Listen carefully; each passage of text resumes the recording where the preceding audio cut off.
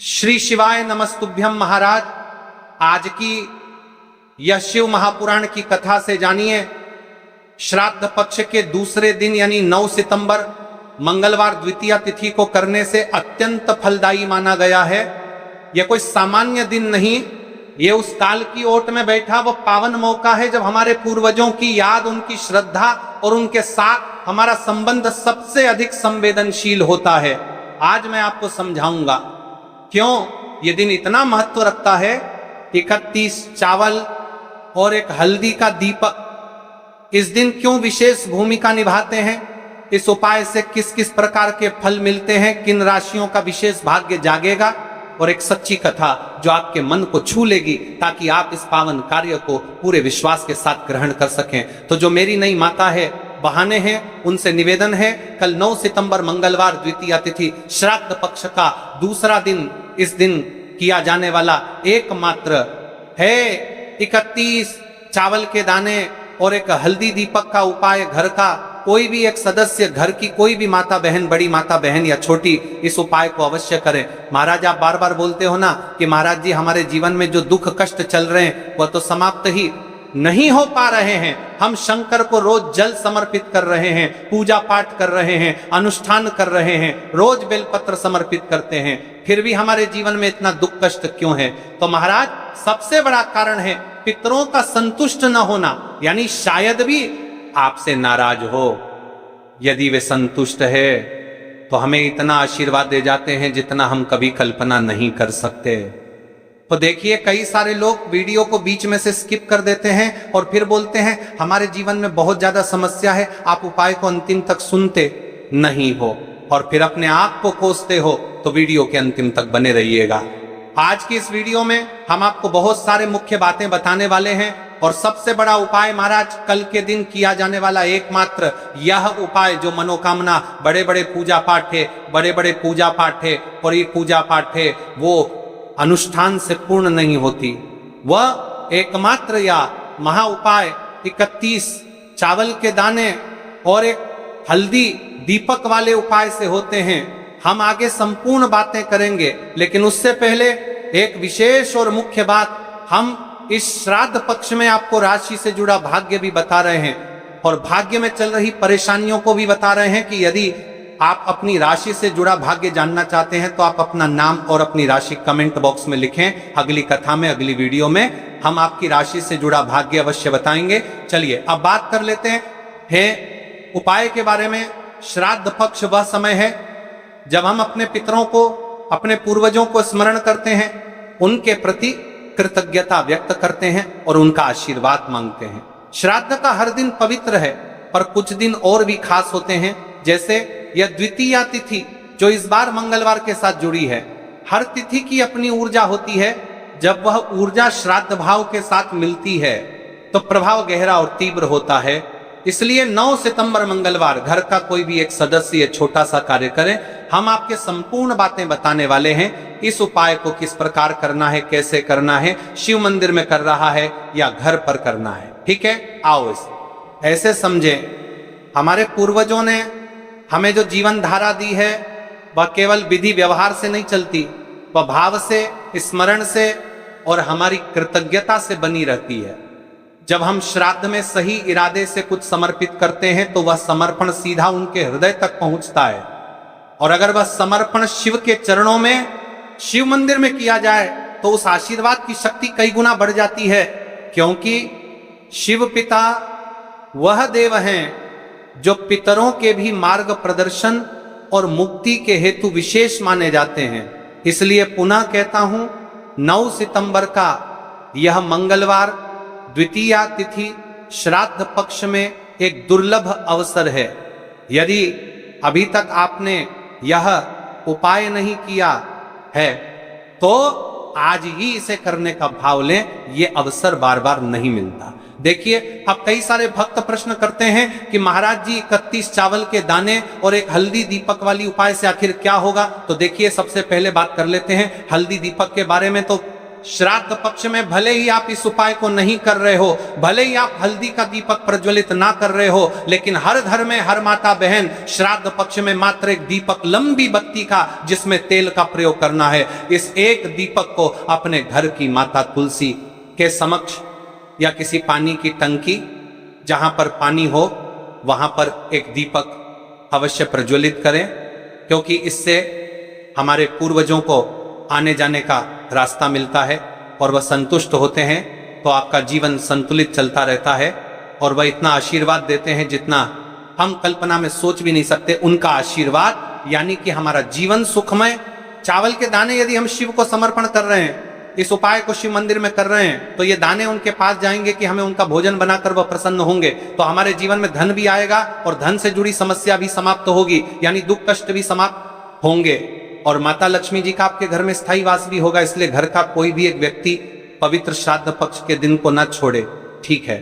जब आप 31 अन्न के दानों के साथ हल्दी का दीपक शिव मंदिर में अर्पित करते हैं, आप अपने अतीत को सम्मान देते हो, अपने पितरों को भोजन और प्रकाश दोनों दे रहे हो और शिव के चरणों में उनसे शांति तथा मार्गदर्शन मांग रहे हो। यही संयोजन वह एकमात्र उपाय है जो घर की जटिल परेशानियों को सरलता से हल कर देता है, क्योंकि यह मन, कर्म और श्रद्धा तीनों को एक साथ जोड़ता है। अब महाराज की सबसे पहले जान लेते हैं आज की इस कथा से। यदि आपके घर का कोई भी एक व्यक्ति इस उपाय को करता है तो आपके जीवन में क्या क्या बदलाव आएंगे, किस किस फल की प्राप्ति होगी, और यह फल कई बार धीरे धीरे विकसित होता है। पर इस सरल उपाय के जो प्रमुख फल हैं उन्हें मैं स्पष्ट शब्दों में बता रहा हूं। पितृदोष का शमन, पारिवारिक कलह का क्षय, घर में चल रही पुरानी कटुता, बेमेल व्यवहार और अनबन कम हो जाती है, पूर्वज प्रसन्न होते हैं। आर्थिक हलचल में सुधार, व्यवसाय या नौकरी में अचानक न मिलने वाले अवसर धीरे धीरे मिलने लगते हैं।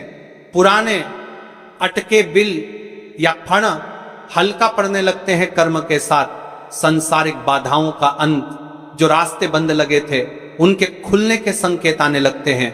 यात्रा, नौकरी, परीक्षा, किसी में भी वातावरण सहायक बनता है। मानसिक शांति और नींद में सुधार, व्यक्ति का मन हल्का होता है। अनिद्रा, भय और बेचैनी घटती है, क्योंकि पितृ शांति का अनुभव होता है। घर में समरसता और बच्चों का कल्याण, जहां पितृलोक सुखी रहेगा वहां परिवार के छोटे सदस्य, बच्चे और बुजुर्ग दोनों का कल्याण स्वतः बेहतर दिखता है।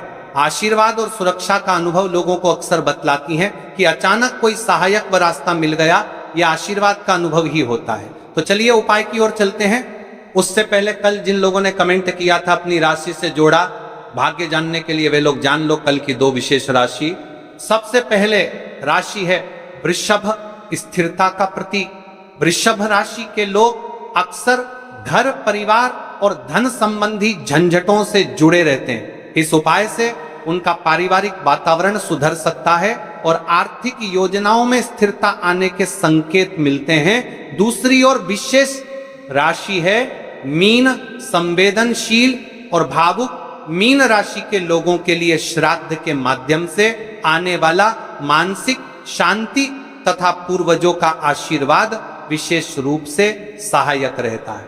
उनके रिश्तों में मिठास व मन में संतोष लौटता हुआ प्रतीत होता है। ध्यान रखें, राशि सिर्फ एक सामान्य मार्गदर्शक है, व्यक्तिगत कुंडली के अनुसार भिन्नता हो सकती है। तो चलिए जानते हैं अब उस विशेष मुख्य उपाय जो आपको कल करना है। अब सबसे पहले प्रश्न यही आता है कि इन चावलों को कैसे लेना है। ध्यान रहे, चावल टूटे फूटे नहीं होने चाहिए, कांटे पिटे या खंडित दाने नहीं होने चाहिए। चावल साफ, स्वच्छ और पूर्ण दाने होने चाहिए। बाजार से या घर के भंडार से आप चावल ले सकते हैं, लेकिन वह अखंडित होने चाहिए। यहाँ बहुत लोग पूछते हैं, महाराज क्या हम इस उपाय में और कोई सामग्री भी मिला सकते हैं? तो सुन लीजिए, मूल रूप से यह उपाय सिर्फ 31 चावल के दानों से होता है, लेकिन और सामग्रियां हम जोड़ना चाहते हैं जैसे गंगा जल, पुष्प, बेलपत्र, तो ये और भी उत्तम हो जाएगा।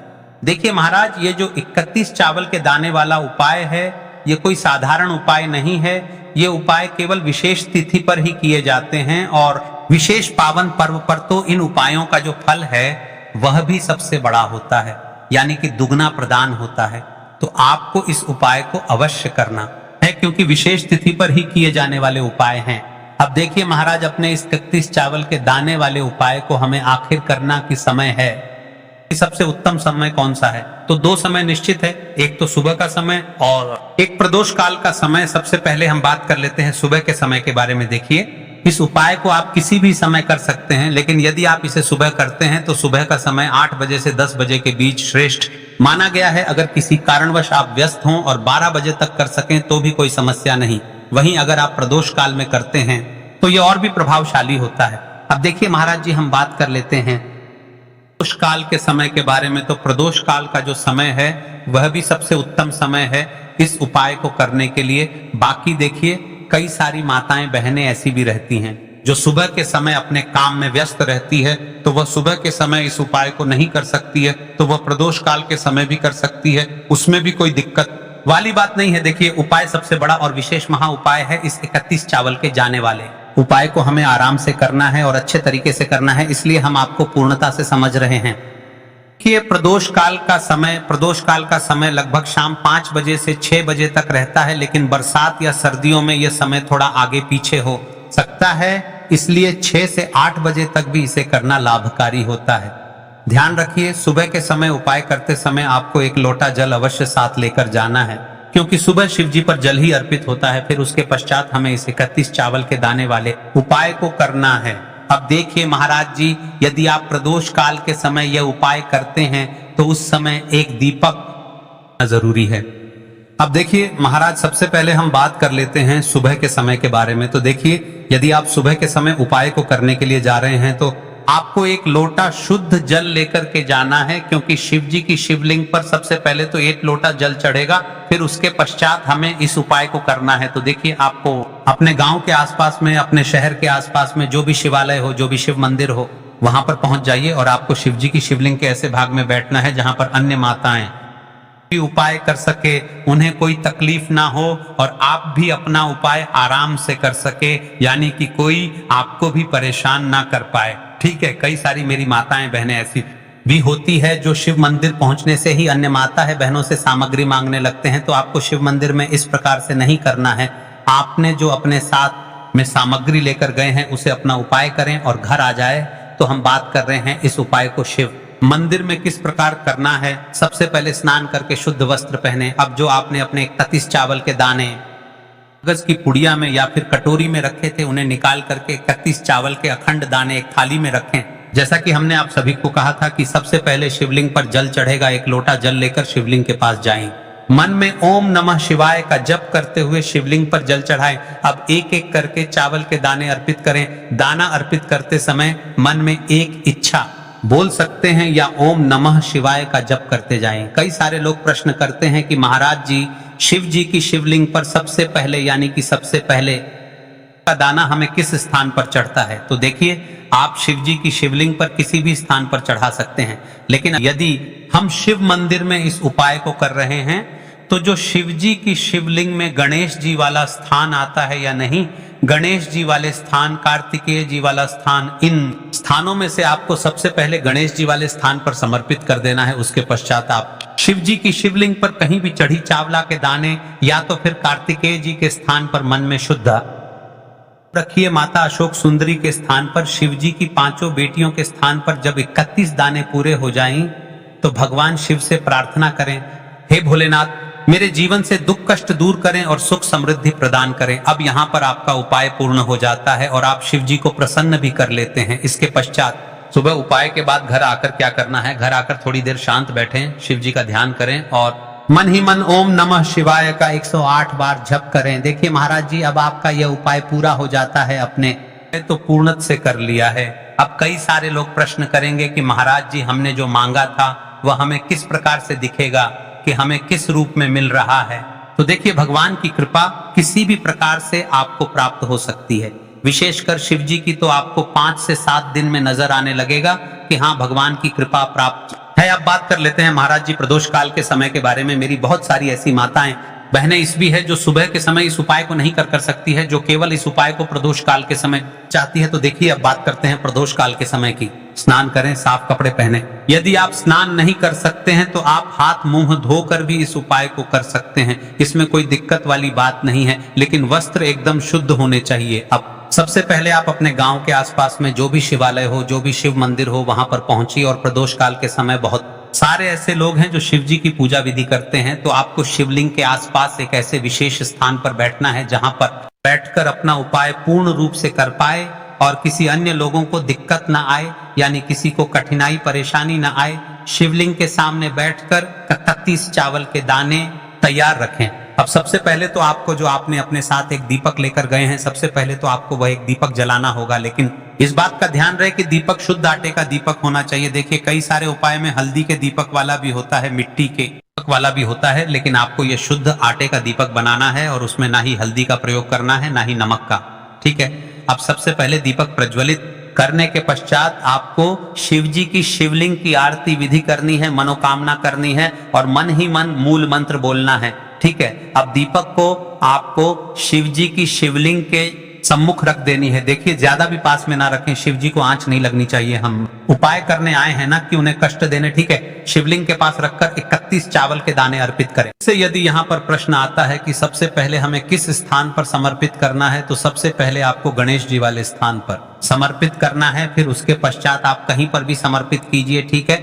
साथ ही ओम नमः शिवाय का जप करते रहें। जब उपाय पूरा हो जाए तो हाथ जोड़कर शिव जी से अपने दुख कष्ट, समस्याएं और इच्छाएं बताइए। अंत में ओम नमः शिवाय या महामृत्युंजय मंत्र का जप करें। देखिए महाराज जी, अब आपका उपाय यहाँ पर निश्चित रूप से पूर्ण हो जाता है। आप यहाँ पर शिव जी को प्रसन्न कर लेते हैं। वाले उपाय को हम घर पर कर सकते हैं कि नहीं, तो देखिए इस वाले उपाय को आप अपने घर पर नहीं कर सकते। भले ही आपके घर में शिव जी की शिवलिंग हो, पिंडी हो, आपको इस उपाय को शिव मंदिर में ही जाकर के करना है। आप देखिए महाराज जी, जैसा कि हमने आप सभी को कहा था कि आप इस 36 चावल के दाने वाले उपाय को करने के पश्चात एक विशेष उपाय भी कर सकते हैं, जो एक दीपक का उपाय है, जो एक आटे का विशेष दीपक का उपाय है। तो आप बात कर लेते हैं उसे उपाय में। यदि आप इस 31 चावल के जाने वाले उपाय को सुबह इस उपाय को कर रहे हैं तो हल्दी का दीपक जलाएं। यदि प्रदोष काल में कर रहे हैं तो आटे का दीपक जलाना चाहिए। अब कई सारे लोग प्रश्न करेंगे कि महाराज जी ऐसा क्यों, हम एक दीपक कोई सा भी जला सकते हैं। तो देखिए हर एक